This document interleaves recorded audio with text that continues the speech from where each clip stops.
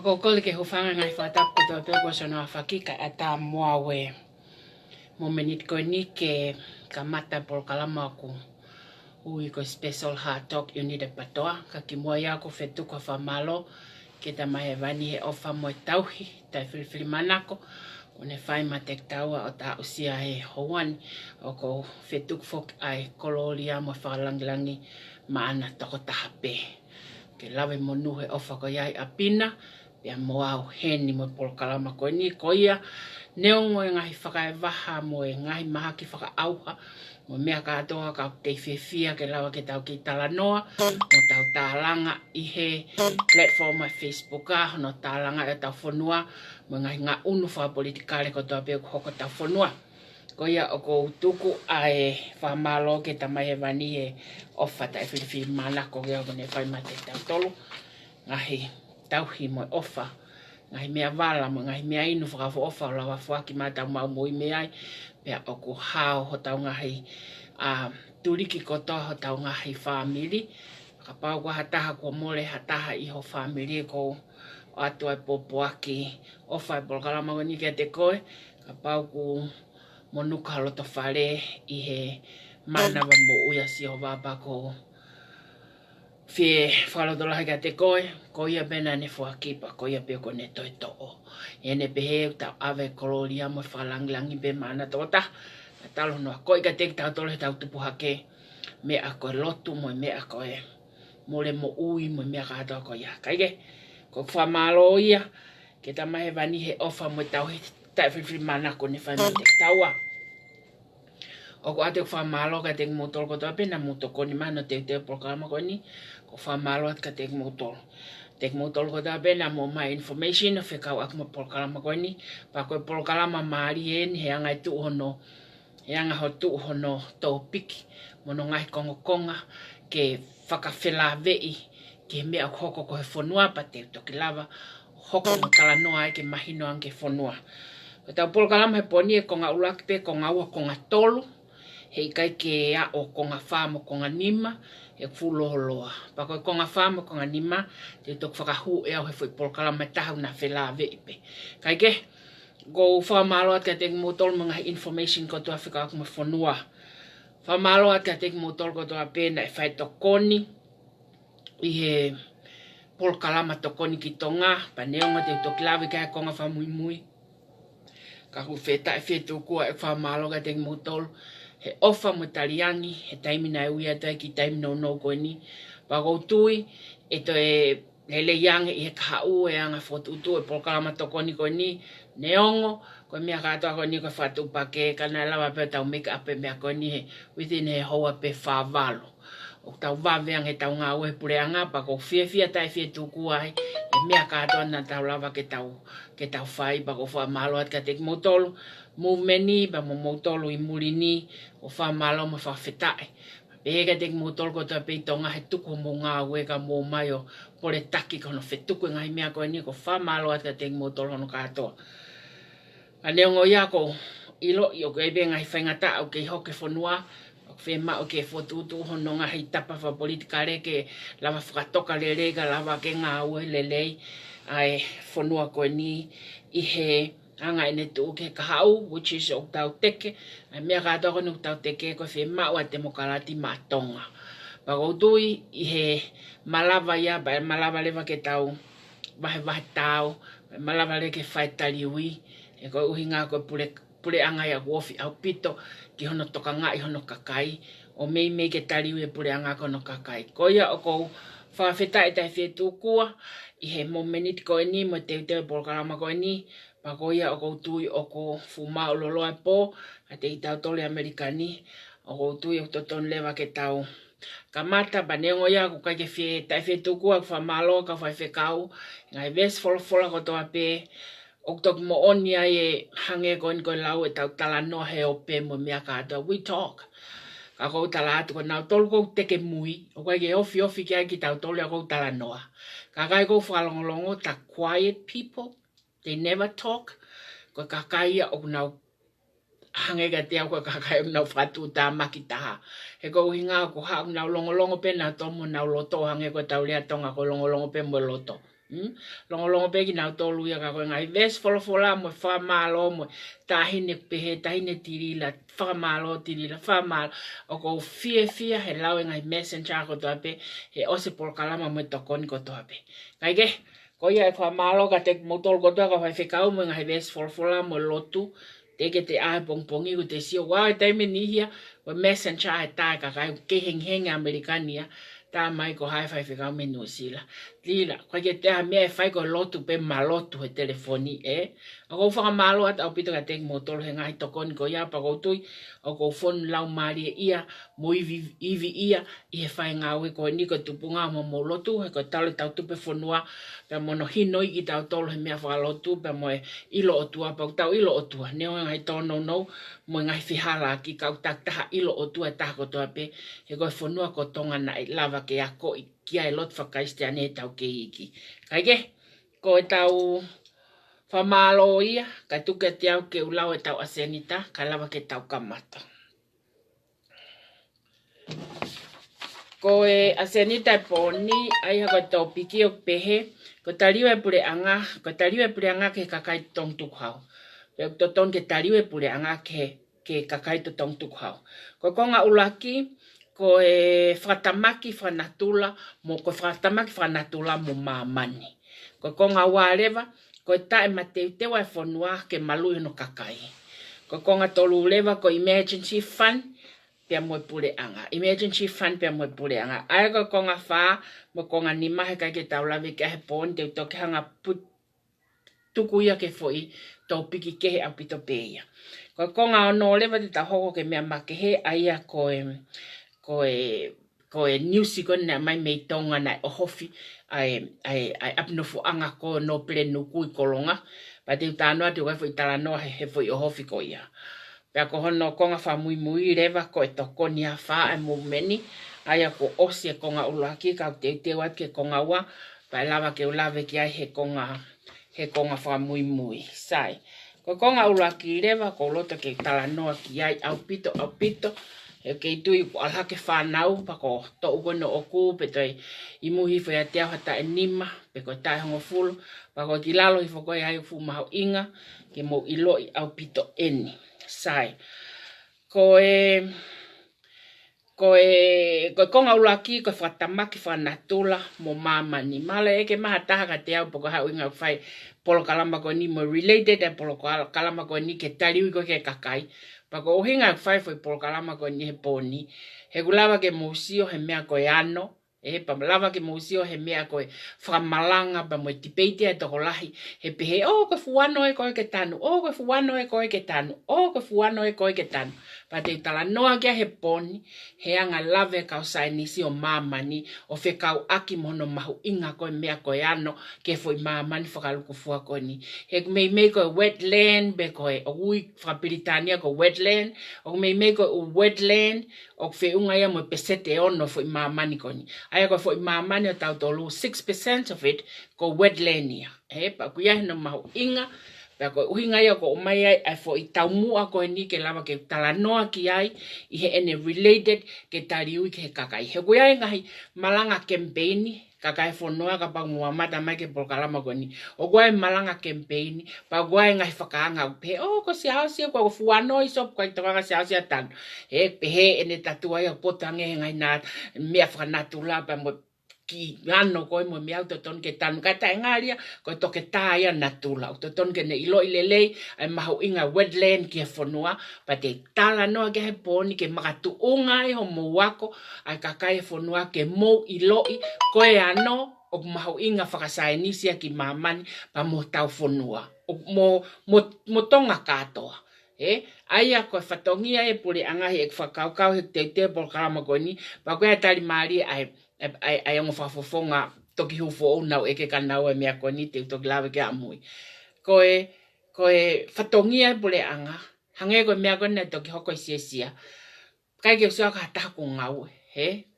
Ko kau whafonga whalearea, koe ke ulapu hai nau ngau e whaiki ai. Ka ko au e taimin, ka pau na whalearea ko os whae ngau e ke ni. Pa te tok tānoa kia ki mui, e mea utoton ke whakahoko. Ihe e whakaukau pia aku, e mea whatamaki kon ku hoko kon whanatula kon, o hoko ki sia utoton ke osi ngau e, a kau take whanua, kau whalearea mo taha katoa, ke kakai katoa koe ni he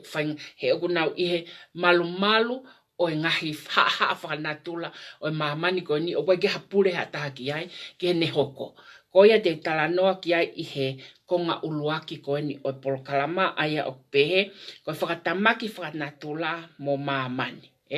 Aia ku iloa he ngahi whakatotolo whakasainisi ko e malunga tahi e whonua. Pa mahalo o lava ke tausio, o ki moto mautolui whakakai, nai ki futu,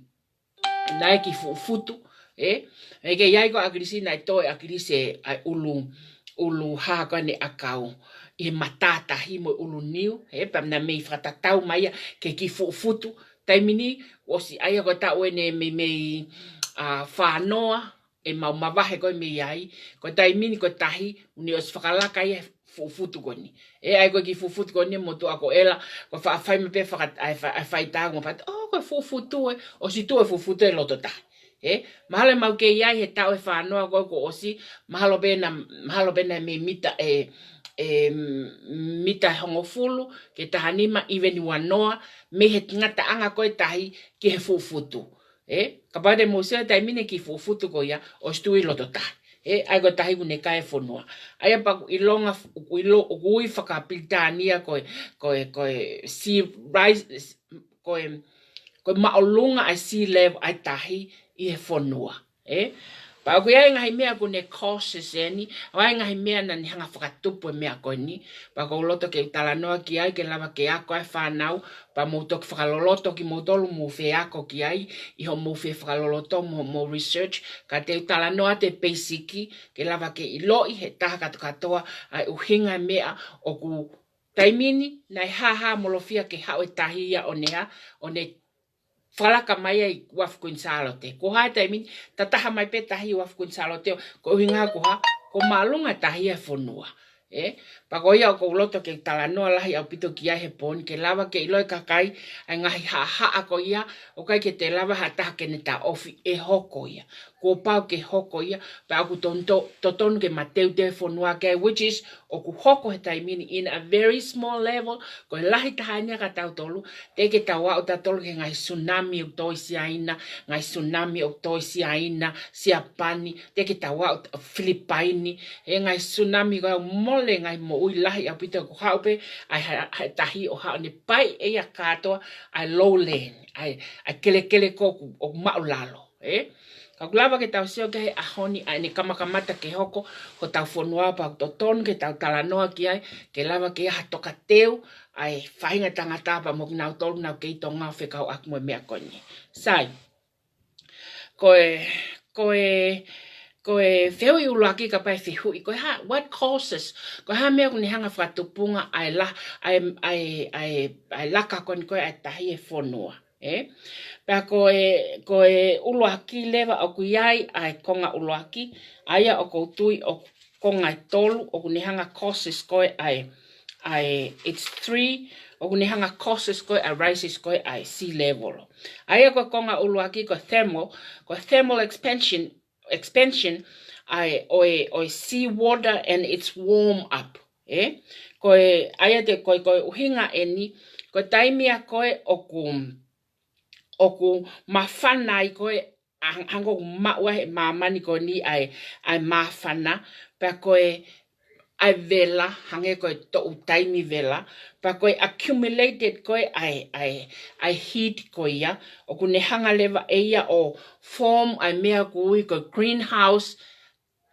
gases because trapping greenhouse gases aia koe mawhana koe ai foi mamani pe koe vela koe ai foi mamani oku accumulated ai heat koe ia o ne hanga lewa ia form ai mea oku ui koe greenhouse gases and mostly o greenhouse gases o release koe ni ki atmosphere oku koe carbon dioxide which is koe carbon dioxide, there are several, it's about 5 of them. Ka koe tahaeni o mea o kuhingai koe and I rises koe I sea level o pak te ke osi. Aya o ku more than 90% trapped heat o absorb he oceani. Aya koe ne velange koe a foi mamani pa aku accumulated e vela koia on accumulated e vela koia on trapping ia a me aku go greenhouse gases pa ko absorb katoa o accumulated heat koia o absorb ia eha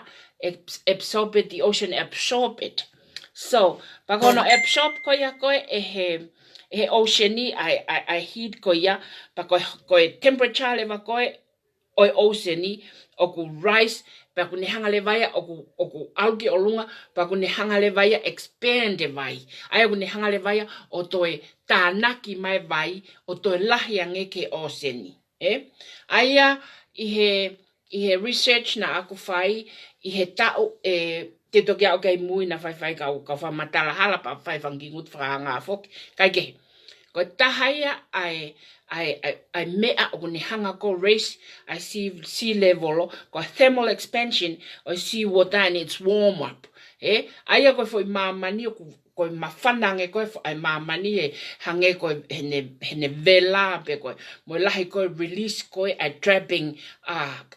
greenhouse gases ki he foi mamani pe ke he atmosphere o gune accumulated I heat ko yai pe ko hanga leva he oceani on absorb I heat ko ya when the ocean absorb the heat ko ya pe aku toki expand leva ya o hoko ko vai o nyanga whakalahi ai vai ke oceani ko fuafua me aia o gune hanga causes ai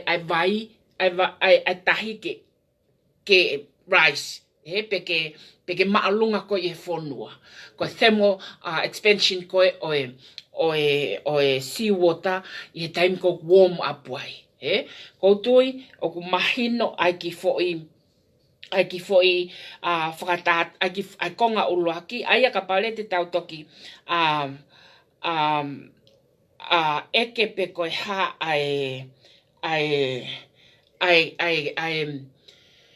ko ha ai cases ko o ni hanga causes ko ai umea katoa ko ni atmosphere there are 5 of them o ku kawa carbon dioxide aya ko ne lahiang ko o cases ko ya i he atmosphere pa ku lava leva kai ke no fo ya e kovia ke fahinga tangata pa moyanga ko no form ko ho tau foi mamani ana fa ho tau foi mamani o tau tol ke taimi ko accumulated pe he ai ko ai heat ko i he atmosphere pa ko hanga lewa he oceania o absorb a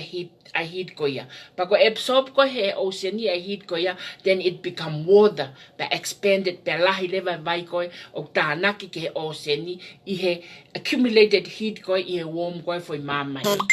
Ko tui ku mahino ai konga ulaki i foi tawhaaki ko ia. Ko konga wā lewa, ko iyo, heko eni. Ko tau mamani, na e whau tau mamani, pia moe la a i he aho. Ai ko la a i he aho kune hanga e aia o whakamawhanai ai mamani, tau foi mamani, o kune whakamawhanai lewa tau foi mamani, pia koe taimi kōku po uri ai koe ai surface koe o taimi kōku po uri ai koe ai mamani, o ku hanga lewa, o release lewa heat koe ia back into the atmosphere pe koe air. Aia ko no whao whakanatula ya ko mamani nai pehe. Nai whao mamani ia ke la ahe aho, pa koe la a ko he aho pa ne hanga lewa oha whakamawhanai ai whanua mo mea katoa pe ko ia, pa koe taim pe ko po uri ai pe release lewa ai heat ko ia oha o alue ke he ea. Pa kone whao whakanatula ia. Pa ko enia koe ke ha kone thermal expansion ia koe ni koe i he taim ko warm wai o koha, i he lahi koe ni koe ngahi mea ke he hange ko te uto klawe ka he kongi mui, pa au lewa accumulated heat ia koe tānaki ia i he ea pa koha absorb he ocean i pe ha, pa kone absorb pa kone expand lewa water. Kene kai ke whao ho tau foi mamani o tau tolua ke lava ke release lahi pehe ha accumulated heat ki ai o hange ko carbon dioxide and few of them, about 5 of them. Ko tui ku mahino ai konga uluaki. Ko konga wā lewa a hono konga wā lewa ai uinga ku raise ai ko sea level. Ko raise sea level me taimia ko melt ai ko ai ngahi land ai ngahi whanua ko koe icy. Ai ko landed ice from the north and the south pole, o ko kamatai he mawhana ko mamani ko melt lewa ai icy. Ko ne melt ko ai icy o ha o au lewa ia o tānaki ke oceani, pa ko uhinga ia o koha, uhinga ia o race ai koe ai oceani. He ko tā katoa ai icy, katoa ko i mamani, ai ngahi Iceland katoa i mamani, a tau te whito kia wheitu peu aisi a o ke ngai wheitu peu wai aisi mamani o whe unga ia mo square maile e ua mano. Aia koe ngahi land ice koe mamani o whe unga ia mo square maile e ua mano lahe lito ta mano kilu a Tonga ia ai. Aia koe ngahi ices ko ia i ngai land ice ko kamata pia mo north mo south pole kamata ke melt. He koe uhinga koe ha, uhinga he ko mawhana a mamani, he lahi ko hono release oi ha, ho lahi ko hono release oi ngahi greenhouse gases into the atmosphere. Paku ni hanga lewa aya mamani ke ha mawhana. Paku ne mawhana koe pa kamata leke melt, ai ngahi Iceland ko ia o alo tāna ki whe, alo tāna ke oceani. Ai koe kongai honoua o raise sea level, koe uluaki koe ha, koe thermal expansion koe o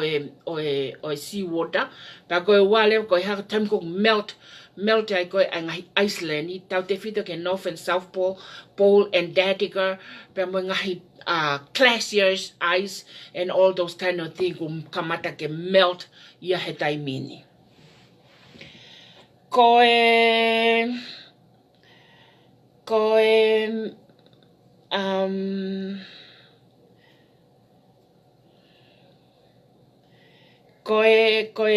taimini, ai koe taimini whakafofua ke taimini o ku lava ke rise ai sea level o ia aki ai mita e whitunoa pe koe fute ia e uange au tol noa. O ku mausio ke taimini ko osi rise ai sea water ia aki ai mita whitunoa pe koe fute e uange au tol noa. Which is way sio tanenei ke mole pehe ai whanua ko inga ko ya, ko inga ko race ai sea water ko ni. Ko ne alohake ai tahi ke maalunga ia he fukahi whanua. Kai ke, ko konga ia hono wa, he koe mei ko mamani oku hange ko lau ko ane nai koe square mile wa mano ai ngai Iceland ko mamani. Pa ko ngai Iceland ko mamani ka mata ke melt he mei fua I he taimi ko ni e taimi ni ke mei ko fo I taue ne tahamano pe me he scale ko na iai ko ai sea level o ki he taimini oku malunga ake e tahi ia ai mita fit noa pe koe fute ko ne wangi au tol noa. Aia ko ne tu ana koe ke kahau he kai peke toi lava ia o toi whaiha mea ki ai ka koe tau maintain ai mea kou lorotonga ia he taimini he ko osi malunga o pito pe tahi ia ake ai fute ai mita e fit noa pe koe fute e wangi au tol noa. Kone tu ia koe taimini ai tahi. Lava peke mosio kia I Queen Charlotte. I hake koe tahi na kai peke ne toi pe mai e tahi koe a. Which is koe taimia koe oku malunga tahi I he whonua. Koe konga tolu leva koe taimia koe ku change in the amount of water store koe he land. Aia kono uhinga I change koe ne amount of water stored in land o kuhinga ia ke taimi koe oku increases ia koe I to koe uha Pango ngai groundwater hange koe lake mo reservoirs mo mea katoa koe ia oku let's make it oku ikai ke toe vai ko ia o ne hange ko ni kone ngana koe uha kone ngana koe uha ko alfok o soaked he land o alke kele o kailoa ka ko enia koe ke te lava I rivers here and reservoir mo umia kata ko ia pe mo uha ke lava ke to ai uha alo soaked ie kele pe algilalo he ko lahiang e tauhanga tautoria prepare ai ngai heart services ko uhinga e o mai mea ko ni he te wa ke tanu halahen ano lahi ko hono prepare u heart service or surfaces heart surfaces o surface fefeka pa ko alwe vai o kai ke alwe vai o soaked alke kere ka ko alwe vai ha o ni hanga ia o fakatafe pa ko tafe ka to vai ko alke vai tafe alke reservoir and then we're going down to the ocean so taimia o ko aia ko taimia ko changes the amount of water stored in land pe au ki fe au ki tai ko me pe fai ko au ki tai ai ko ulaki ko thermo expansion ni ko wa ko Iceland ni ene mea pa ko tolu leva ko change o store ko a water i fonua ai ko ngai mea ka to ka lolo tonga hoko tau te fito ki mamani ko tui ki tonga ko ke aisia mo mea te tau sio ki ai ka ko mamani ka toa ko lava ke hoko e mea ko ni pe ka fai ange ko fu Iceland ko ni ai square miles ko ni ko ua mano e lava o melt in 20, 30, 50 years ko fonua ia hardly get to ya me ia mo ui ai but then we hope for the best he kai ke hoko ha mea peheni ka koe hoko ngai mea koe ni koe courses pe ke tangata o koe ni foi mamani na fa o tau mamani o tau toluia ke fa o tau mamani o tau tolu wa ngai wetland aya koe anoia fa o tau mamani o tau tolu ke la ai aho pe ha ko la ago aho fa mafana e mamani pa koe po uri pe ha absorb pe heat ko ya o alki atmosphere alki air ka koe ni ku ha le mea ku hanga tangata fa he taimin pa kwa ni hanga mau i tau atakai mau i tau environment mau i tau atmosphere pa ko ha o ko mea pe ta o ni hanga fai hono dissolve mono tokoni ke mo ia tangata ko fe ko ocean ai ko ngai heat ko takai holo ko he air mo environment ko si me ai tahi o fai ko ha ko no absorb ai ko no absorb pe ko tana ke vai to expand e vai ke tahi hange ko ai ngai icy and the time ko oku melt ko icy ka pa mahalo ate ki tonga ko staff ya tonga ka ko melt pe ko ya hau ki ocean ai ko ne me ko ya ni hanga ha fatupunga I race ko ai tahi hono uhinga angaia I race ko ai tahi o malunga nge fonua 3 main reason wanga ka sa ni so ma we now fakatotolo ke uhinga ko race ko ai tahi o malunga ko fonua o toton leva ke tau sio kia he kamata ke tau sio kai tongana he hau pe tahi o o mlaka mai kuin salote. Nē kai ke tau te sio tatoha mea pēne, kai ke tau sio mea e hae tahi ke neha laka mai fōsoa koe, ai whakangata i tai mino kua, whaingo fua pe ke tahia ke neha, lele loa mai peo lele mai ke hala tau whaahau. Ko iau to ton ke whae ha, ke whae tau whakangata pa ke lava ke whae tau tokoni, ke ngahi mea koe no kohe. Koe ai ngai prevention, he ngahi akwa kau saini siu lava tuku mai, ke lava ke tau whakaau ngai. Ka te tok whenga ke hanga hoko, ai umea koe ni ke lava ke whakawhekākunga ke tau tōpiki. Ai ko tuik mo mahi noi, ai fo i uhinga i tolu, o ku lava i ko race, ai si level o laka koe whonua. Sai, tawau mai lewa ke konga koni koe te tau whaia he whehui, e anga whewhe e tau hanga ta ofi e mea koni. E anga whewhe e tau hanga o ta ofi e mea koni. Sai,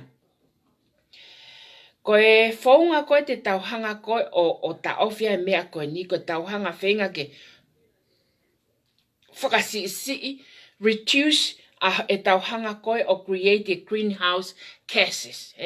Ko greenhouse gases, there are 5 of them, which is water vapor, carbon dioxide, koe nitrous oxide, pia moe ozone. So there are 5 cases o kulava ke hanga he ai ko iloa ki nau tolu ko greenhouse gases. Ai ko greenhouse gases ko ni o ku hoko ia me he haka pate tau veo. How can we o kulahi o mea katoa ko ni ihe air. Pea ko uhinga uloa ki o kulahi ai o mea katoa ko ni air. Ko me te hanga ko he tangata burn ai fossil fuel. Hange ko fossil fuels ko ne taimia ko manatu e nau tutu ko ta aki hake lolo me lalo fonua, he ko hake ko lolo me lalo fonua, o koe ki hake ko ha lolo, hange ko lele ko mea lele ikai. O ta aki hake ko hange fu pele pela. Pe o kutoi ki manifi ange pehe pele pela. O maia toki sivi maua e lolo tisolo, mo tolko mo sio he lolo tisolo, mo tolko sio he lolo tolnoa, lolo noa, thick au pitoia o whai hono burn mono sivi koni koe o mea katoa koni, palava leva ke toki separated o mau ai wange koni ko te alge gas stationi o koe ai mea taha koe unleaded o koe mea taha ko hiva taha valu fitu piua wat ai kono classify pa kono ngahe o mea koni mo tolu mo nofo ofi ke ngahi refining oil ko amerikani ko au ko nofo ofi a pito ki ai he ko o ko me ofi ke mahalo ke te au pe kwa o mai leua hoko mama o me refining oil koni koe I he waa koe ni he ni I Richmond ko te sio ai pe ke fu me ahe mo whanga fu tanke o ku ulo pe he taimi katoa. That's when they burn ai oil ke lava ke nau hanga o CV or distribute or no classify oil in several things. Lolo tau noa, lolo no noa ti solo, unleaded, valo fitu, hiva taha. Ko umea katoa ko ia hau ia me fe o hake ia me lalo fonua. Pa ko taimi ko nau hanga I ko burn ai umea ko ni, then what? Then nau hanga le nau toro o increase ai greenhouse gases ko ia environment ni o neha. O ne iai, o ne toi ave e ia ai man-made carbon dioxide, man-made water vapor, man-made nitrous oxide, man-made ozone, ave e man-made ai ngahi gases ko ni o release ia ke tau environment ni o more than the nature creation. Because whao koe foi mamani. Pako taimi ko u lahi ai koe u gases ko ia manatue ko ngā uloaki. Lahi koe u gases ko ia he ea pia koha o ku vela le vai ai. O ku nihanga kosa tau mamani ke warm o moa I he warm koe o mai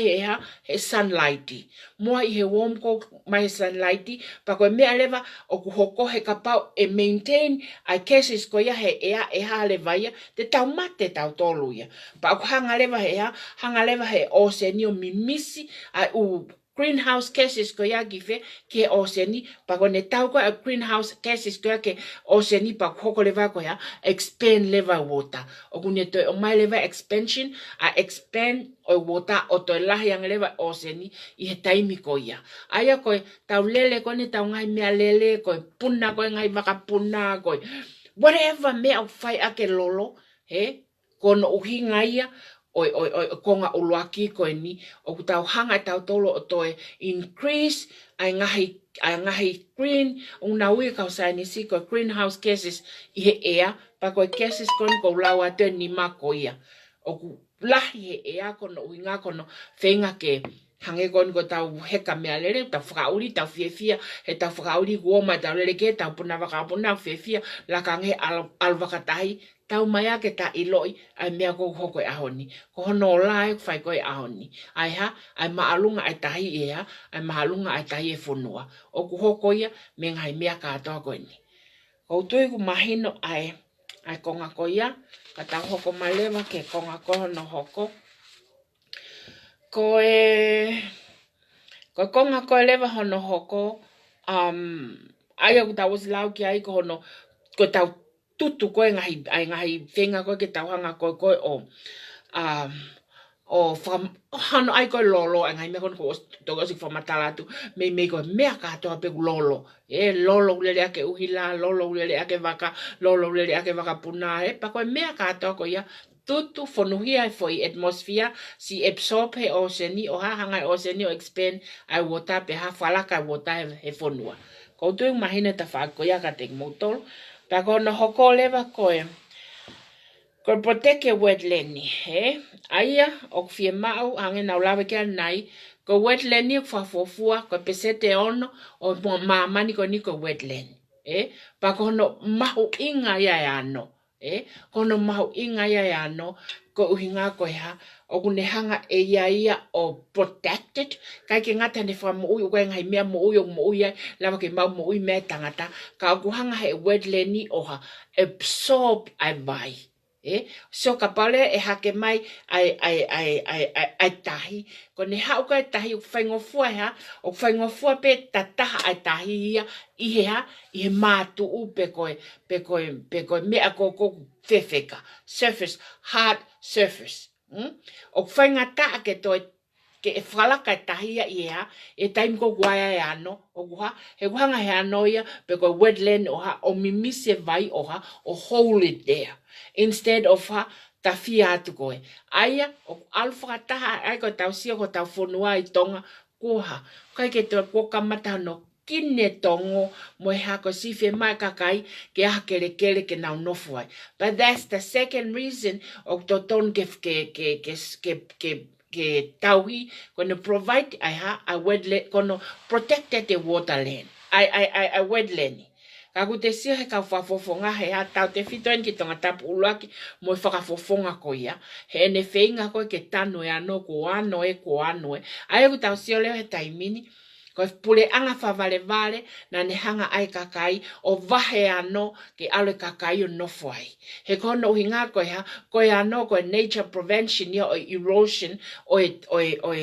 tafea pe moiha ke mai ko ai tahi sia ne ke mau inga ke ka vahe kele ane afi ai mea ko hoko ahoni ai au toton ke fuka ma wen ke loto ka fafonga falearea ke na huko ki falearea ke mea ko ya o toton ke mai kakai ki fe ave fa nofo ia kele ku matu pera pau ko au ai pule anga mo ka fafonga falearea te o mai ka sesia ave oanga na ko kele I mea ko matu he ko vai ku laka ki olunga he kai pe ke toi holoi ki lalo pa kai pe te lava ta ofi ka tau sio ke vahe kele ko na fai ane afi hono ave kakai o whakangofua ke nau tae tongo pe nau kai ki feitu ko isi leri hala vave mani na tongo a tae mea ko ia ko ha o si hanga pule anga tofi ke no fai kakai ka aku ha fele pe ngai aptuku hawe mo mea ka toko ka ngowe mo mea ka tomo fu utofia o pule anga mo mea ka toko ke vahe kai ave kakai ke o nofo ano ta ko na mai si hova ya no ke ta ko na mai si hova ya no hoko ke hoko ko prevention ni ko protection ni ofe o natula Tana kai ke toton ke o yo fai hanofo ai, ko nofo na toton ke fai kife, fai ke mātou. Kana ha, ne kai ke ilo e kakai aneafi. Ne kai ke nau ilo i pako, ilo i whapapau, ne kai ke nau ilo. He ka pau na nau ilo e hoko mea koe ni aneafi ka nau whikau pe kakai, ke nau o nofo e mea au toton ke ave na tofo ka ilo, he koe mau lao ia, ke ave kakai o whakanofo ke nau mate, i he nofo he ano. Ko ia kai ke utu ia au toton ke te hau hataha o wha matala mai ai ano ke tan moia. He usayang e benefite ai ano ki mamani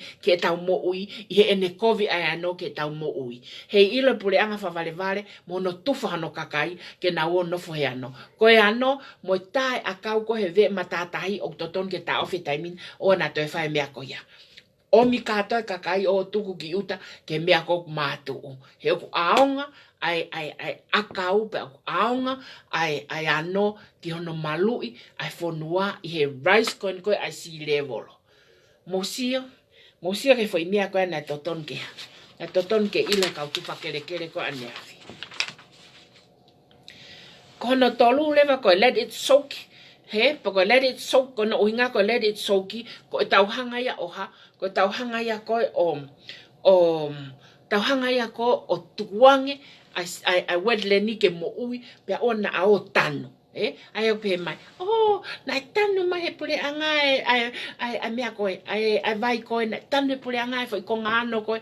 kainga o sayang e ano ke ta mo ui I ha yon tanu. E ko hono tanu ha ko ne hake mai ko tahi ko hake mai ko taimini e ka ke te lava ha tahi ku ta osisio mata ki tawa ki ai hota to tangata. Ta e wano ta to no ta mate tawa ka pau whanongo mai ha ki tamasi o tau tawa pe tau tanima ki hen e te nehanga o recall e video ko ni pa ne pe na estala mai e Tilila ke tuko no tae ano ka ta pe pule anga ano pe mo akau o tamate ka ke hamia ke nehanga malu e fonua he hau koe aia, he hau koe atahi pehe. Aia koe taim o toton ke whamu ue ano ke ha, ke sok te tai vai he taim ko hau koe ai. He ko nohinga ia oe ha, nohinga ia ano, mo mea koe koe nei o mai e nature e o tua ai ano ki ai.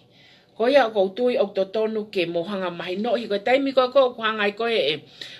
tau hanga ko tanu koe ato, ai ano, ko tau tane tau tolo fe feka koe a surface koe o hange ko tanu hala koe taimini sio so ko tanu hala koe taimini o kuha o kuhoko ia koe ha o kuhoko tanu hala ia ke ne hanga e ia o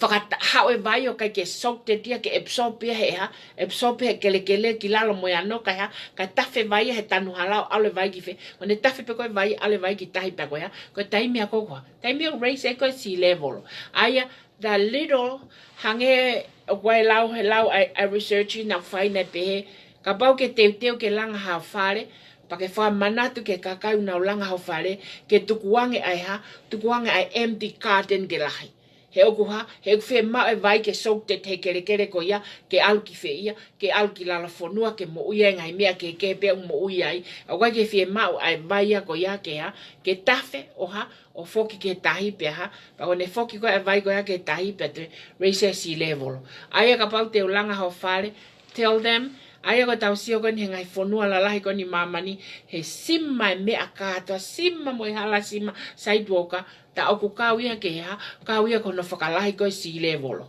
ke alu hake ko sea level ki olunga he ko ya he ko vai ko ke sok te kere he ko simma ataka ha tafe pa ko whakatafe ko te se americani fu foi whakatafe ko ya ko lere ki fe lere ki tahi o whakatafe ko ya pe whakatafe ke loto tahi lere ko fu foi whakatafe sio ta ko e hano aunga ha hano aunga ke ia kere na whaua mamani ke pehe ke ha whaua mamani ke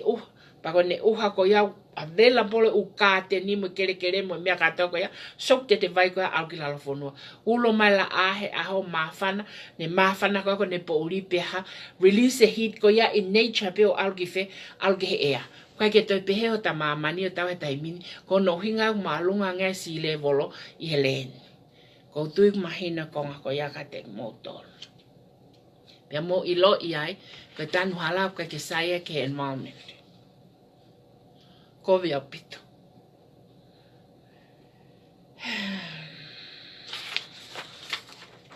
Sai. Ko ingata angaia, o ku whakamama, ke mo iloi, ai mea ko hoko ki Tonga e taimini, he maalunga ko ai tahi, i he whonua, mo uhinga mea o maalunga i tahi e whonua. Ko uhinga e mea o maalunga i tahi e whonua, na es whamatala at mo umea koe ni koe ke muanga ko whai koe i hono prevent koe ai maalunga koe ai tahi e whonua. Ai ko thermal expansion koe oi vai i he oseni pe ha. Vela ko mawhana ko ia pe ha hanga he oseni o ha absorb ko ia expand e vai lahi e vai ua ko ia melt ngahi Iceland which is 6% o tau foi mamani ko Iceland kamata ke melt moe mea katoa ko ia tafe ke oseni Ulawa ke mo le vaheni ke umea ko toton ke mo fai ke prevent ak eni ko ha kono fakasi isi e tutu goni ko o fuel mo mea kata ko ke release ai o carbon dioxide water vapor amo ngahia me ako ya ke ata he ko hanga fakatupunga ai ha o ko hanga ya fakatupunga ai palopalema ko ke raise sea level atu leva moe ha atu leva mo example ka teng motol ke ngai mea ke stop aki ta fema ke toe akau ke lahi I fonua ai ko tu ko ke toton ke tamate hange kona ko fanga uta mo mea ko kamata ke kini mai fonua mo mea ko ke no foi tangata ko foi whakakau fa vale ia ke taimi kon ko race ko si level ke la ka ko fonua e ko ni hau pe ko tahi ko ke akau mo mea ke nyanga talitali ate tai ko mea pe ko fai ko ya ko ne talo mai be mi loto tahi talo ki uta la ya more mo ui tau si taimi ko tu imagina ko nga ko ya ka tau ko male ke ko nga wa leva ko ta mateuteu a fonua ke mal hono kakai sai ko ki fo I fehui ko ni na lava ke uhanga fai ki fo I fehui ko ni ki he ongo whakafofonga tokoua pa ne kai ke u mention na hingoa ka nau fehui anga naua ko pe anga naua ka pau te mo I fale alea ko haho mo mea e fai I mea ko mosio ke mea ko e taimini ai ko mea ko e taimini ko o tau sio ke tai mateuteu ko e fonua ki he mea ko taimini po e gang hanga whafonga ko ni ko whafona me mulini pa ko tali whafonga tana nta mai ka te Tilila ka pa te huki whare alea pea ko au ko salute au ke whafonga ko ia ko whaka amu mai ko au na whakapase huki whare alea te upase au malunga o pito ko ke huki whare alea e ta mai to taha ko ninga te Tilila ka pa te huki whare alea ko mea pe fuafua whai ko whengai ke uhanga whakasio halao pe te whao halao fo o ke lava ke uhanga o whakahu ke whare area ke pasi ke ave ke whamonia ni tui ke o mai ai kakai mo ki whalukunga kakai ko unofo isia o oua na tau na nau to nofo ai ke o mai nau tolu a ke tutu uni ai lao ke o mai nau tolu ave ke a whanua konga whanua kumatu Sio, ko whahinga whakakau ia o whia mau ke mau e tā whakafofonga whare area ko toa pe. Very creative, very creative. Whao halao pe ha, whakahoke whare area ke pāsi pe ha, ave ke tui ke ha, ke o mai whakalao e kakai ko ki sesia, ave ki whe, ave ka ngai konga whanua o mātou, o tuku ki ai nau tolu, wahe o nau ngai konga api, o whakatatau ke mea ko ni kōku hoko. He kua osi hoko whi palopalema, ka toi hoko tu oua, mahalo mo uihen, e mate he hoko tu oua. Ne osi pe kau te ta te whehui, ki e toko taha whafofonga ko ni pau te whehui angi ai, pau pe angi ai. O ka pau te ke ave koho lao, pia tali whare area, Pia ave lao, o I kai ke whamoone ni a whio anaia. Ko harewa tato e mea kou whai, ko mana tui nai whai whehui ko ni, na talanoa ki a se misika, e ne whehui nai whai ke tangata e ki aglisi, nai pehe tangata e aglisi. Ave ke whamoone ni a whio, pakapau ke whamoone ni a whio, ko no ngata anga ia. So now to mai for standard ko ni ke lava ke hanga playback ke fafofonga ke whanongo ange po hane mea ko tala mai pa ko pihang le kia ka pai pase live I fale area pe ave lao ke ne afio pa ke famone ne afio ko ha me ale vai to fai ko ku lava leva ke usio ko tala no ko ni he ku ai fo ngai to ko ni fai tai mini pa ta mo le mo ngai campaign mo mea ka to ko ya ka ko whakatumutumu hata mai o eiki ko au ene whakakau ki he fo I mea ko ia, which is o ko whakakau pehe moa. Pautangi, kai ke tali ane awhio, ko ha mea te whai, whakakau e pehe mai, a whafofunga te unga tai pe au iai. O hange ko mea koe nau whanongo ki ai ke tali koe ai tangata e ko a krisi. Nei pehe whafofunga koe ni, Tilila. O koutui au koe fo I ta e tali koe he ne awhio, koe ki I whalukunga kakai koe siesia, helo pe kuna wa o toko ua noa. O koutui au koe ta e tali koe ne awhio, mo mea koe ni kou hoko whanatula, ke si whamiri koe ni mo ngai whanau koe ni mo mātua koe ni. E lava ia ke hange koe mea kui koe visa kore hufanga. Si, o si tānoa pa kutohu loi mata, he koe mea totonia ke whai. Koe ko ha mea nia ke tai whakahoko. Koe mea totonia ke whai. O ka paulea whakahua lao ko ni ke mai nā tolu ka wheituk mātu pa kai ke taria he ne awhio ke mai nā tolu ka wheituk o mātu. Koe fo I tari ko ia e lava kore hufanga ak e sesia ke a ngai whonua temo ka alati mamani ke nau hoko koe tangatai whonua temo tangatai whonua e ngai whonua temo ka alati ko ia. Either in New Zealand, Australia or here in America. Koe ngai whonua temo ka alati o ka taetari ane awhio ai kakai o sesia ke nau awe ki nau tolu ka whonua kok mātu mua konga kere kok mātu e lava he fo I taetari ko ia o mai o whakahu a ke visa kore hufanga ai kakai ko ni ke nau nofo I murini. Pa kou wha malo at ka te koe whakafofonga o koutui o kutake o tuaho lau maarie pa koe lau maarie to tonu ke whakahoko. Pa koutui ka pate ke lava o whai ngā ue koe ni ki siesia o ka ke huki wharearea te ke hoko koe whai take angalerei te ke hoko koe whai take angalerei ke kau whafofonga kou mui at koe a te koe. Pa kou tangane ia ho tari o hange koe kulau ka pau na koe au ko whakapasi ai huki wharearea o se ateo ka koe ke lava koe ki wharearea. Ka te utok sei o hingoa I mui au pito e tau polo kalama ka kou whakamalo ka te koe I he fo I ngā ue fisi mua o kulava ke o mai ka te au o ta talanoa ki ai pa ko fiefia ko no ingaia na ai konga ko ni o konga ua por kalama ko e ku whaka ofo ia pe au ke tari ai toko taha ko ni ene matapoto. Hange ko lau ko por kalama matalafo lau kai. Matapoto a pito tama ko ni e mea ka ata ko ne fai teu ke ne hoko ko whafofonga wharearea. Ko konga tolu lewa pehe ko emergency fund a pule anga. Pa ko mea kato ko ni ko loto ke uhanga lau whapitani atuia a konistuto ne fika tahiwa ka mo konistuto ne fika wanima na whao foi posi. Kone osko ya te tok tala noa kia ni ongo whai whangaki whakaanga mai mehe mo whangaki whakaanga ko hange ko whangaki whakaanga ko hakau pepe te seat kia I padango lau ko tuia tai pe kia ni ihia. A te tala noa ke konistuto ne fika tahiwa Pea mo konistuto ne fika wanima I he foi konga koni ai ko konga koni ko emergency fund ai pure anga. He kulava ke tausio ke ngai mea na tanoa ke ai pure anga he mea ko osi o whekau aki mo mea koni pa te ulau lewa konistuto ne fika tahiwa ke mo whanongo ki ai ke lava ke muhanga I loi ai mea totonu na totonu ke whakahoko o whakatatau ke lao koni moe ngā ue pure anga o os whakahoko o whekau aku mo mea koni. Taimi lai whok whape mai a o na pepe pure anga pure pe a minister ia ko finance he ko emergency fund o hui ai ai procedure ia o lao ke te mui katoa ki ai pa tok whakahoko mea koe. Ui kai ke whe puna pe koe ia ko ke minister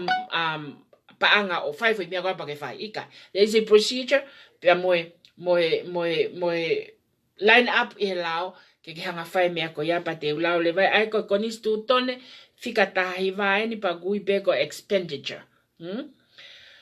Koe pa kono lau le whapitani ai no pehen.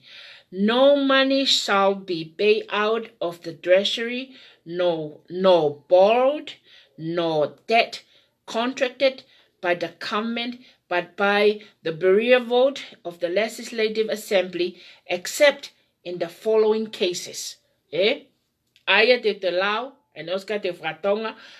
peta toki hokolewa clauses ulaki moeua. Aya ko foi konistuton fika tahaiwa, pa ko expenditure, ko ngai whamore ko pure anga. No money shall be paid out of the treasury, nor borrowed, nor debt contracted by the government, but by the berea vote of the Legislative Assembly, except in the following cases. E kai lava ke toho hapaanga me wharepaanga pe polo from mo'ua pe created hangahi mo'ua contract e pureanga ta e oua ke pasi me whare alea Tonga. E ikai lava he e pureanga o release ha whani mehe public whani pe koe paanga e pureanga pe e polo ai pureanga pe e contracted ha teta ai pureanga ta e te nau whakangofua ai mea koe ni mei whia me he Legislative Assembly me he whare alea. Sai, ko clauses uloaki eni mo whanong lele ki ai. Where an act passed by the Legislative Assembly gives power to pay out money or borrowed or contract debt, then money may be paid out or borrowing, carry out,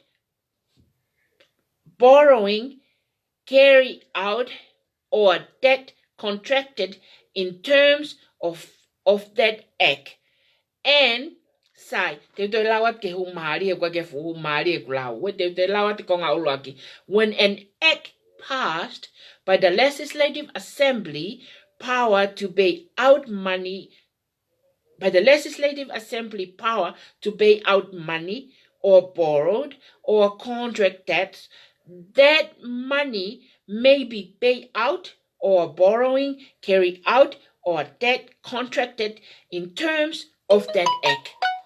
E kai lava ke tukuange ha paanga mehe pule anga ko konga foi konga uluakien ala koe ko clauses en ka koe foi whakarean lao he kai ke lava ke tukuange ha paanga me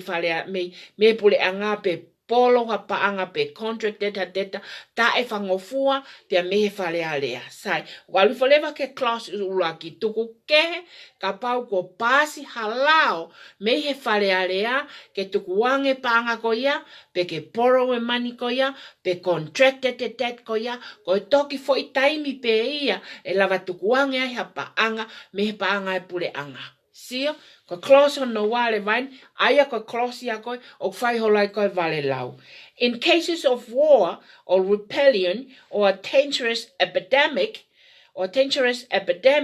or a similar emergency, then it may be done by the Minister of Finance with the consent of the cabinet, and the king shall at once convoke the Legislative Assembly, and the Minister for Finance shall state the grounds for the expenditure and the amount. In cases of war or rebellion or a dangerous epidemic or a similar emergency, then it may be done by the Minister of Finance with the consent of the cabinet, and the king shall at once convoke the Legislative Assembly, and the Minister for Finance shall state the grounds for the expenditure and the amount. O ka hoko hatau, pe koha ngahi whakatamaki whakai natula. Aini ko tikrea koe mamani ko coronavirus. Kua pau ke Minister of Finance ke ne ala pe kia whainga paanga pe oku fie ala ki ai. Ka kua pau ke ne whaia ihe consent, ihe ilo mo loto ki ai kabineti. Aia was mahino ka nau mea kou whai na nau osi loto pe ki nau tolu ki ai. Ka kua pau ke ka kua pau ke ui, ko revoke pau ke ui he tui ai wharea lea pia kua pau ke hao Minister of Finance o hao Minister of Finance o explain ki he whare ai mea kotoa pena nau move me feitu koe, ke feitu koe. Kua pau ke hao ki whare alea o whakamatala ai mea katoa pe na nehanga to'o me panga pule anga o whakatatau ke ki hatau pe ko kako inga whoken ko ngai epidemic cases koe coronavirus. O mosia koe konga taha hi vaia. Te ulau mo konga wanima ki mua tau tok whamalanga. Pau toki make it clear. Sai, koe konga wanima le vaini o peheni. Power ke raise a loan. He? Koe power ke raise a loans. Aia koe konga ulaki o pehe. The minister, wanima koni studone fika wanima ni o pehe. The minister, aya goinga ke minister of finance, may borrow from any sources, whether within or without the kingdom, sums of money not exceeding in the aggregated 15 millions in any one financial year, or such further sums as may be authorized by a resolution of the Legislative Assembly. Sai, ko konga wanima, ko polo he ikai ke ha, he ikai ke laka I he via, I he tanima miliona within a one financial year. Pa ko e ku whamatala ko ni, ke mahino, ke ki tamasi ko na ko tunga ane ako ne fa ripati maupe eku polo kalama he kai foke ne lava o create he is a follower o follow ka toki lava no brainy o function o hange ko foi fa matala ko e poni e to kakaia e toki o fa he Google mo fakasio ai ngai mea ko ne courses ko si level pa tok tamai o ko la Tilila ka ne ke no fa pa ne fa ne research pe e ko ke function no atamai e tek na tolpe until someone say this and say that pa toki o le va fa ya fakakai nga mo copy ko no hinga e ko fa tala no mau akai patoa o ko fakapiko ia time ko lawe ngai expensive languages time ko lawe ngai expensive languages tamako poto he ko inga ko computer o guia e por kalama ai posi ko api o ko foi por kalama ko lipe ko ai foi quote ki ai poa uni o stama por kalama ko who created that quote even kapau ko speech a democratic because speech a republican because news I have as a mea ko lipe ko ke foi por kalama he click there o sia o stama foi por kalama ko mea ko naiha ko mea ko na ma we me he so ko no hinga ia me ko whakapiko he talano mo kau kote he ko hinga ko ya ko kote ko ya is a cut from here a cut from there they cannot do anything by themselves pa ko hinga ia e ku talano at ko I poni he ko nga talamai o ko me ko poto he mea politiki mo mea kada no when I come around he kakai pe bige mahau sayang e ke pesinolo au ye foi talano ko ya hau talano mata ko ke whakakau no atamai Pako no hinga ia ko e ku talanoa ke ki tamasi ko ne fa ripati ko por kalama he ko ke ne lava create ha ne me ia te ia pe ka ku ha o ha to e me a o ha o ave fire ene va inga pe ko ne ripati pe ko ne fie ha pe ko ne fie hoko ko hinga ko ya he can create anything by himself even scriptures even te nga lotuma even say a prayer he may be good in this and good in that say expensive languages in the Bible, but when they create their own things, they can't do that. Pakoawe ku fapiko ia tano ke ko kapenya ko fu poto fefe ya we but o ia na tula ko ia when I see someone who can create ko me ne mau ingai ka tau ai fo itali ai tama ko ni eke ko fi ko ia ki ai it seems to me o take fanongo fo me apehe o can create his own he might be a creator and I like creator I like developer I like develop my own things o tatau e pepe ko ki kahoa pe ko ki fatata pe ko ki ha but I create my own things ai ko sia ko ke ne ha ko to ko me ave ko ripati ai o fenga ko ke tala ko loi pa wa e ka ni ta mai ko loi te ke pe mai ko ha foi loi o ko mana tu ya taile pa ko toton ke ko le fa mole ko le fa mole at ko ni uta na o mai ko o me ko me fisi ko au ko taha ni ko malo hinga ko le fa mole I hok fehalaki pa ko ke tu ko hak fehalaki na aku o atu ko hinga ke taki hala ki motol ka ko hinga ko pictures ko na o mai ko ka tiau na almost hundreds of pictures pa lai ni fo ke ha ko picture on o mai ko o me ko me Tonga ko ke lo pa me na hu mai o me ka to ko ya and then minek ne au o ko pe ke to ta ko na ne mai ta ka te au ba pe ka ko tai fisi pe ko tai I Tonga Neka ke toere mai ka te au. And then I said, ko tai fisi. Ka ko toko taha ko ni kwa ne kaka e au ko patoa au pito pe ia.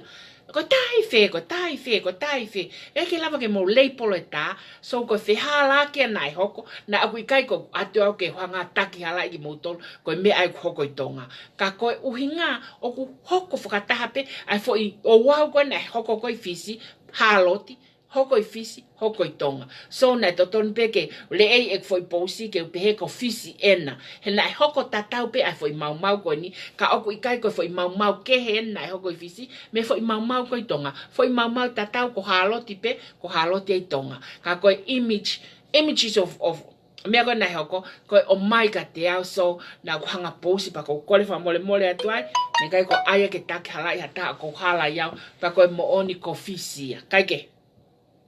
Ta foki mai ke ripati. However, ripati ta etene ilo lao, ta etene lao e konistu tone, ke ne ilo ha me ai, ha uia lewa talamai ka o talamai, o ku mo oni peia ko emergency fund, o ku pule. Uhi ngā foki ko mea pea ku whawhanga akia ke ne iloi. Ka koutui ko laua te lao ko ne poni, lava ke iloi le lehe kakai, ai uhinga mo taimi o e mea o toton ke whakahoko ai. He ikai ngofua, ki he pule anga ke nauhanga polo hasirini mea feitu, ki ha ngāwe o ova i he fiha, o ova i he tanima miliona. I he financial ia taha, pe koe mahina tahawa. Ka ko osea nga pule anga o ave ai foi paanga, mei fe ia, ave ai foi paanga, mei he patseti, aia ko foi paanga ia koe, kuo osi approve i he patseti. Koe utoenga patseti o kuha, pae i katoa, from now ki sune o ave ki fe, ave ke pankef kalgalaka ko foi paanga fia, tahawa miliona. Sio ko ala ko ki ai o kuha o ilalo pe he tahanima he o kuha he o kai ke ngofua ke nawala ki ha mea over i he tahanima kai ke he foki ko foi paanga ya ko ni ko to oya meife to oya me paanga ai pat set na e os approve tahawa miliona ave ki pange whakalaka vahe lavu foha sa mi waipulu saya moe hau taki wha miliona sia sai kono ave pe koe o tuku koe ki panke whakalaka koe me an ripati. Si o mai ka te au koe me an koe teke ripati ai ka pau o ku loi ai mea ko ia pa ke tala mai ka te au ka ave te risiti mo mea katoa. Nai to e fo ripati fo i tahawa miliona me toenga patseti o ave ki fe o ave ki panke whakalaka. O ku ke pehe ripati ko ha uinga mena ave ai. Kai fok teke ilo e koe until you ask someone else. Ka kou ilo ia uhinga ko na ave ai. Ko hono ave he koe fo i paanga pe ia o kua o ku ngofua ke na wala ki ai he nai os ia. He nai os approve he current financial ia ke na ngawe ake paanga ko ia. Ave hake o tuku ki he ai ha ai tahawa miliona. Sai. O ku ke pehe ripati, koe fo i tahanima miliona, o ku nau intended ko he whai tutun kabineti, ne ke lawe tutun kabineti, 15 million oi ha, oi bond, ko pau ke Fakatau, pe ha, e toi transfer moia ke ha, ke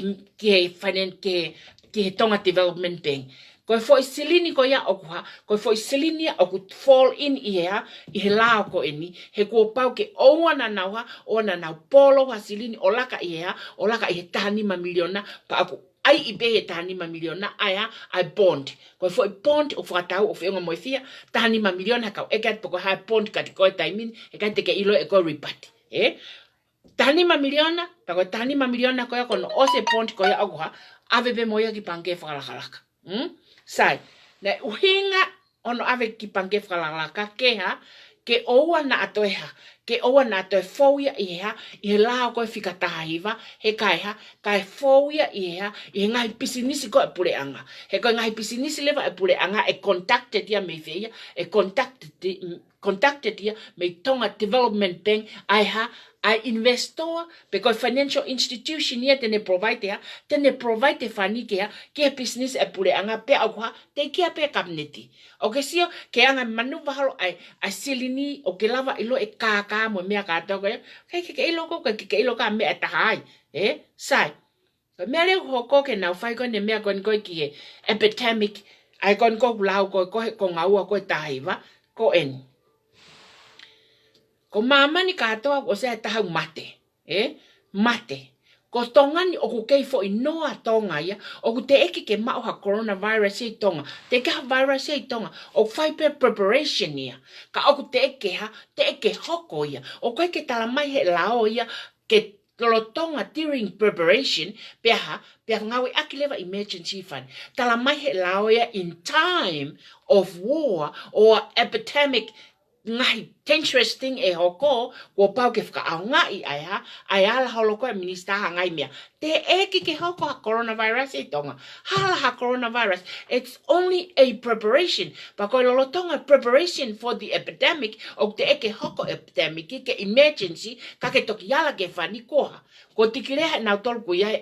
I shut down he kuia iai emergency. That is not koe ko uhinga nai whai shut down ni. Koe shut down ni ka lava ke sell e ponta ni ma miliona, ave ki he pa ke lava ke ha. Whakamahamaha katoa, ai pacheti ave ke taua miliona, he ka oa te ka whakafofonga oi kakai e ha te nau question. Pa e ongo mai ke whonua o ku hala mea koe, o whikau aku mo nau tarifa rea pia e whire kakai ki nau tō I kai. E hanga kakai ri nau tō ki tua. Kono uhinga ia ripat,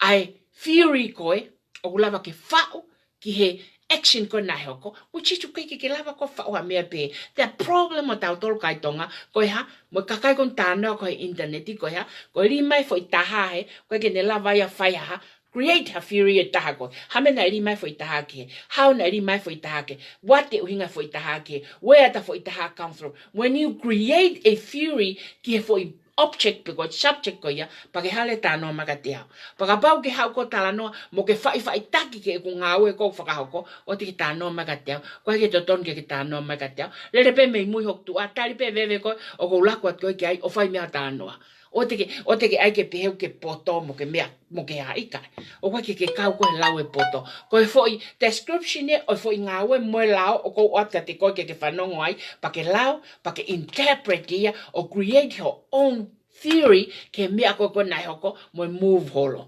Ko no noa miliona ko o mai ki hea, o no noa miliona ko tokoni a mamani ke mea ko o hoko ke toki whaka ao ngā ipe I he taimi e hoko ai. Ko ha? Os kamata nau tolhono ha. Kamata nau tolhono kilofiol. Ko ono noa miliona ko ia e whakatafe katoa. Ka koha? Tanuhala. Ka koha? Ko mo whanongo he pōni ke ha. Ke kovi koe ai koe u hard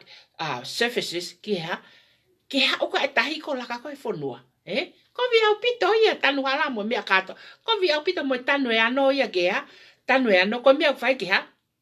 Ngai ko ngā ape kakai, he ngai whonua matu, pa hange ko lau e whakafofonga koe. Whau halao ke o mai kakai o ave ke ngai whonua matu. Paka ikai, o mai e taetari e na awhio ave ke ha. Ave ki New Zealand mo Australia mo Amerika ke o mai kakai kumi hufanga. He kua, koe ke lau pule ngā provider ha. Provider secure len ke tau hiano kakai. O mosio, o mahina. Ko tui mori taimi tano ka ripati pat o ko fe mau ke fa mahino ka ripati o ko ke lava create ha o mea ia te koe pa o ke ha ave ku mea ke tala noe pa ke tano ke tonu ka o te ke ai ke hala e ku mea ko ako ko tano ke ai ko tano mea o ko tano me fika mo lau ko nga ko ke tano no ia you know kaige ko nga tolu ia e da por kalama pa hange ko lau ko nga fa e tau toki talano ale ke konga wha I he nima, I foi polo kalama kehe, e lawa ke hanga o he kou nofo e taimino Lolo Tonga siofi, e nau mea kou whai koe ke hononoa miliona, mo ngai paanga tokoni koni ke mea kou koko. He kui kai koha tau whaka alumani a tau tolu, pe au kui kai koha aiania ke pe he ku tau fie o tua, he, ka kona tula, o ku ne whai mau pe e ia mea ke ne hanga ta ofi aia, ke ne hanga ta ofi whai hala I foi mamani koni, pa kou tu iau ki ai, he? Fere, toki ose at pe mea I hapai ku ha motua, tu e hala koe motua, te eke whai hanga aue ki hapai, ave he motua e koko lavu lavu, fu mea ngaue, whai ake tanu halai wawa, ko ha mea koko he ni, tonga tapu e ku ha tae aunga, e toi utamai fu mea ngaue ki ha, ke aia tonga tapu e koe, people are in danger, so, smosio lewa ke mea koko hala, o ku alu hala pe ia, pa e hala pe ia, he kai ke tonu ia. Kai ke, ko konga tolu e tau polo kalama, pia koe konga whamui mui lewa aia koe konga no ia o kung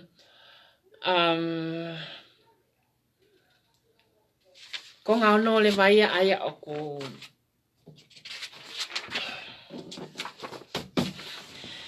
ko ngahi mea makeheia, Whai ongo mai ka te au he fwoi manpuna ko ni panau eke whapapau gai. Ko homoon fwoi manpuna ka te au, na whai ka tau ngā pōpula, ta mai fwoi manpuna lila, ko taitari au kia koe mo nia. Alua nuku ke ne afio, alua nuku ke ne afio, kore ke ne afio, ke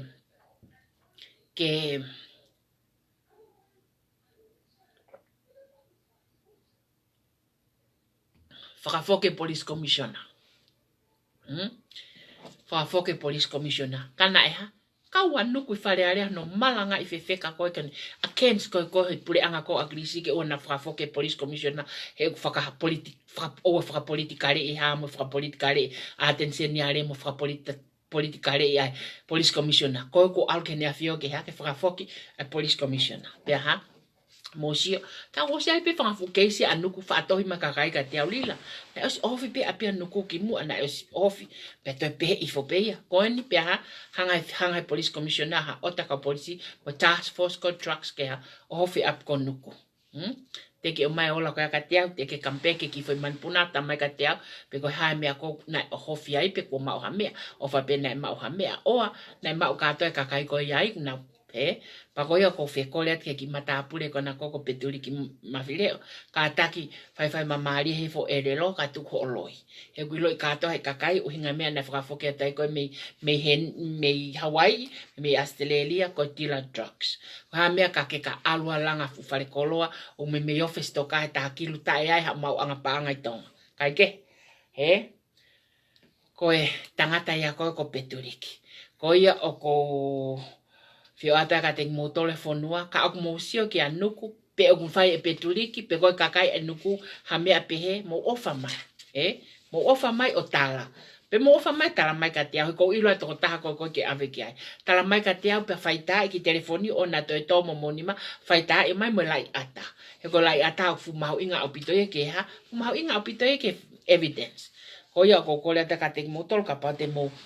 Whetaulaki mo ngai mea katoa koe ni, o mai he wawe taha ka te au, o ngā ke hea ke wanga ea audiat, ngai mea katoa koe koe ia. Kaike? Koe ko ngā whakaosi rewa, koe polokalama tokoni, aina lawe kea ko ngā ulaki, o ko whamahalo atu au pito ke tokoni koe ni. Koe tokoni koe ni o ku ko ngā ua ia, pea koe ko ngā ulaki na mau fie mau ke wawe taha te mau whai ai fui tokoni koe ni, pana lawa ke mau hanga o tānaki o wahe taha mano. Tonga o mau hanga lewa o senia ki he kau whafofonga, ko whamalo at ka koe whane, whamalo at ka seri mo asinate, ko whamalo atu kia ko seri mo asinate, ko wawa utaha o noia, ko whane, ko wawa o noia, ko whamalo at ka koe lerei, me nu usila mo tokoni, ko whamalo at ka koe kāperi, mo tokoni mo kaungoe, pa ko whakamalo ma wahe heni, ki tokon pisope, pe koe pisope ai a houma ko kuongo kaunga mea mamaeni, he I tongana, ko whamalo at ka te moa le nata mo fifita, mo motari au kaibe ke ngalo mau pea te au, ai taimi ko toa peta whaau mai hala, pe koe tau o kai fried chicken, pe koe tau o kai kare, ta whaau mai he oko ewa koe po uriu, pe koe hoa tau, sio pea taria ke tuu haki I hange ko hufanga whatapu haki I vale he hala ko tuu ai tangata koe nina ne tufa koe ne mani oke, ko tuu ia he hala o mono ata panga nima, pe koe panga hongo fulu, pa koe mau kakata koe he ave koe se ni tipa pe mai, te pe mai pe he tangata koe ni. Koe ke tau ino tau tolo na ko sisu e ia, mo sio, pa koe suat koe ke ngawe koe no whae talia, that's talia. Ko whakamalo at ka koe talia o kai ke ngalo. Koe ke ngalo e taimi ko ia mo ofa mo mea kato na ke whae he toko ni pa koe ni o kou sio ki ai na lava ke o mai ho fo I mani oke, pia mo ho fo I talo ko whiawhia lahi au pito, ke whae toko ni ko ia ka te ki mo ua ko inga koe ofa, mo mea kotoa na mo whae he polokalama koe ni ki he ke kāinga se sia mo pātangata. Ka koe aia ne lava ke mau whae ai ko ngā uluaki o ave pa ko whamalo atu ai ka te motolo ana, whamalo atu ka koe le muhe movement ko ni o ko honga au pito ho hau. Nai me ngahi tohi lau pisi nai whai mega te au ta mai alwa ana ki he ka wano mo sopu ia. Koe ke whafonga whale alea ana, ko se au se whafonga whale alea. Wa ana alu he movement ha mea pe fe alu ka an ki ai ana alu ko ana ko tonu na ke faia e ko kai ke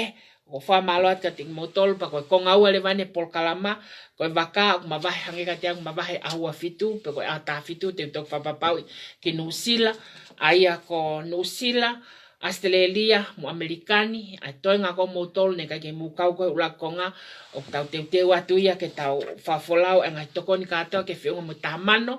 pe to ova tamano ke tau te hanga fao e foi container goni e ngai fe ma o ka to ka kai ngai mea ko ke ave pa ko kawa ngai vahenga o kawa vahenga fitu o kawa vahenga ka beri o kawa eua o kawa tonga tapfa o kawa ono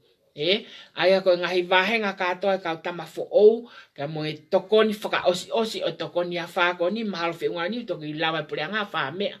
e wha o katoa mea katoa ko silin katoa ko ia e aveia ki he patoa no usila a de roa aia ko vai nikolo ia mo soneketi mo nau kautama o ku osi ia e nau akauni ai ke aku ave katoa silin katoa ko ia o ko tue whiunga mo tahamano tupu no usila aia ko mea katoa ko ia e whima o ke Fakatau katoa mea kai. O kwa leo mga hekole te niti mai, pe ako ia lewa mo whima o aia ngoki i family e ua, aia ko family ko ni i he vahenga ko piveni. Tonga tapu fitu. Pa ako whima o lewa ke vavetaha hono ave hase niti ke ngoki i family ko ni ke kumihana mea tokoni. Pa ko tui ko ne osi ko ne poni te toki huatu ki chedrumu ke tau tanoa ki ai. Na whiunga ke ria tahafe pe ko hawhiha i he tonga ko ni ke tokoni lewa ke ngoki i family ko ni he talamai o kufumatu. Ako whaka ofa au pito pe me aia kwa ke toiaha mea mao. O ke ale mga hipuha o whao ia Amerikani aia ko mea katoa e aluga me Amerikani ko e kafu pe. We only need a kafu ke kafu e kakai. Tu penu ko sipi ko taweri ha whainga mea pe ka ko e kafu atatape ko tui ka walwhae ua me Amerikani o sfe unga he kafu ke tokoni ke palopalema koni koni na toki hoko pa ko moutolu na mo tohi mako le kafu e mahalo e toki sio inusila o kapai atapa ko ai mangai kafu ai ke lawa ke hao atu i container pa e whakafolau atu ia aia ko ngai mea kata ko ia e lawa ke whakahoko ia e whakafofonga ko inusila a lelei ufi ko ia o kune tumu unga pe ko e whakafofonga na ne whae tali ko niga teau pa ko fia au pito he whae he whakafofonga ko ne tali ko niga teau o kuha moho o tali ko ko ia ai toko taha o ke very creative. Pa koe kai te wofu a wai he koe whanau tamai funga mana mo ui. Koe ka aia nio ka la wako mua mea taha ka ako pole pehe a piako ko ia nea koe whanau. Kai ke? Koe anga e tu a prokalama ke tokoni kono anga wa ke palopalema koe niko oku hoko. Pa koe ngai wahe ngai na elava ke wahe atu. Pa koe ne osi ka atoa ko ia elava lege tau tokisio. E mahalo talamai minu sila koe walu wha oku walu. Oku hao koe container ka te ai mo lawe taha oku holo ange pe hono whaoaki pe container ia loose pe. Pausai pe ka pai whaoaki loose ange koe ngai pini mo mea ka atoa ko ia o toki whaka koe alu katuni pe. Kai ke? Oku fia ke whakahoko atu ai fo ingawe ko ia pa ko hange ko ki family ko na kone mai asiata mo mafia fufe ma tokoni pa wa patoa ia feitu pe tonga na ko ha tenit o ata e fi ave ke kamata ake ka me aka to o atu e nau tapoleni pe ko nau teniti i he container pe ofa ta tokoni ke asiata mo mafia na whaka atu ia ka ko osi ko ni te toki hu ki loki chedrumu ne lava ke toha tahafe ke kumi ake me akai immediately a family ko ni ua ke ave e na whaka ofa na tohi mai ko ni kole mai na fumatu ak tai kai a pito pe ko ka na me akai kai ke ko ngata ngai por kalama ko poni pa ko tuipe e toilele por kalama ko ni e ka ha o i he time ta tau pe ma to topic te usio e aunga ke anga e tau ngawe pa ko ia o ko whamalot ka tek motole ke whamamata e tau por kalama ko tuipe o ku aunga pa ko ai moe o wako ai moe kakai tokola pa ko e Ia ko mea taha, o koutui ko e whafofonga koe tonga taptolu, o kune tiku waka ia i kunsilani mahalo pe sene taimini, aia koutui sene te tautari ke alewa ke a uhake, ki tonga profeta ime toki alawai ke a uhake ki tonga, parawale ke toki whaiha ngā ue whataha mo tuini, koutui pe iai pe taimi wawe au pito ke whoki hake ki tonga ke hoko atu ai ngā ue koni. Kai ke, ko ofat ka teki mo tolpa ko talamonuat ki he toi ngai wike e pekiani o whapena mo mao ha pekia lelei pea ko whamaloat ka tek mo tolpo ta pena mo hanga whakaaluma e mau tokoni. Only if you can pick up $100 from your pocket te tokanga atu ko whakaaluma koe nai whai. Pa koe wala se ke ni heni koe na e osi o atu na e fuoloa pene i tongana anai au te ke whai whakaongongo koe oi coronavirus. Na e kai ke toki heka atu ya mo coronavirus. Na i tongana pe ia koe ke ha coronavirus e iai. Kai ke he koe whenga pe ke kumi ke ha uhinga make sense. But it doesn't matter ko ha ho mea te ke lea mai aki. You cannot provide 3 or 4 zeros to a number to help somebody, and then you come ke ha otu ki lalo ngawe kakai. That's very smart of you to do that. Ka ilonga ai ngata anga i taimi ko ia o whai ngai whakaanga pehe pa o te motokanga ke kau tokoni ko someone is trying to get an attention and it's not us. We are working hard to serve a life, to put a smile hamata taha. We are not that silly. So ko ofat ka te mo tol hono katoa, watawang pete mo praose pekia a pongpongina ki tau tol ko ni Amerikani mo sapate, e tau mao ha wikelele hoi kahao, mo hoko te tau ngahi ngawe. Ko ofat ka te mo tol, and good night everyone. Bye.